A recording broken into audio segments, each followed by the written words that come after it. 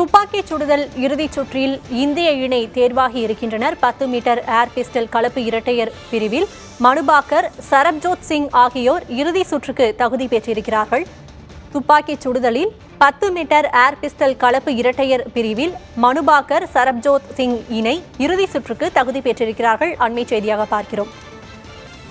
பாரிஸில் நடைபெறும் ஒலிம்பிக் போட்டியில் 10 மீட்டர் ஏர் பிஸ்டல் கலப்பு இரட்டையர் பிரிவில் மனுபாக்கர், சரப்ஜோத் சிங் இணை இறுதிச் சுற்றுக்கு தகுதி பெற்றிருக்கிறார்கள். அண்மை செய்தியாக பார்க்கிறோம்.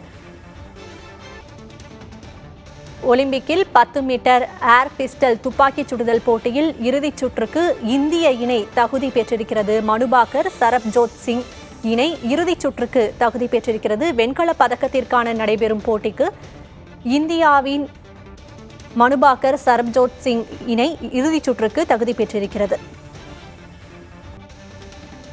வெண்கலப் பதக்கத்திற்கான போட்டியில் இந்திய இணை இறுதிச் சுற்றுக்கு தகுதி பெற்றிருக்கிறது. இதுகுறித்த விவரங்களை வழங்குவதற்காக செய்தியாளர் சந்தானகுமார் இணைந்திருக்கிறார். சந்தானகுமார், விவரங்களை சொல்லுங்க. சக்தி, பாரிஸ் ஒலிம்பிக் தொடரில் நேற்று இந்தியாவிற்கான முதல் பதக்கத்தை வென்று கொடுத்த மனுபாக்கர் தற்போது அடுத்த பதக்கத்திற்கான போட்டியில வெற்றி பெற்றிருக்கிறார். குறிப்பாக 10 மீட்டர் ஏர் பிஸ்டல் கலப்பு இரட்டையர் பிரிவுல மனுபாக்கர், சரப்ஜோத் சிங் இணை 580 புள்ளிகள் பெற்று 3வது இடத்தை பெற்றிருந்தாங்க தகுதி சுற்று போட்டியில. இந்த ஏர் பிஸ்டல் கலப்பு இரட்டையர் பிரிவை பொறுத்த வரைக்கும் முதல் 4 இடங்கள்ல பெறக்கூடிய அணிகள் அடுத்த பதக்கத்திற்கான போட்டியில் விளையாடுவாங்க.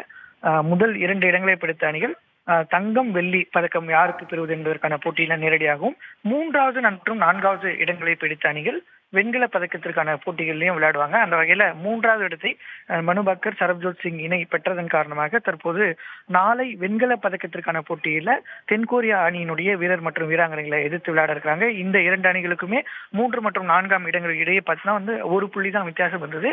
எனவே நாளை வெண்கல பதக்கத்திற்கான போட்டியில மனுபாக்கர், சரப்ஜோத் சிங் இணை விளையாட இருக்கிறாங்க. மனுபாக்கர் பொறுத்த வரைக்கும் நேற்று பார்த்தோம் 10 மீட்டர் ஏர் பிஸ்டல்ல தனி வீரர் பிரிவுல வெண்கல பதக்கத்தை வெட்டிருந்தாங்க. சரப்ஜோத் பொறுத்த வரைக்கும் தனி வீரர் பிரிவுல எக்ஸஸ் கம்மியாக இருந்த காரணத்தினால இறுதி சுற்றுக்கு முன்னேற முடியாத ஒரு சூழல் இருந்தது.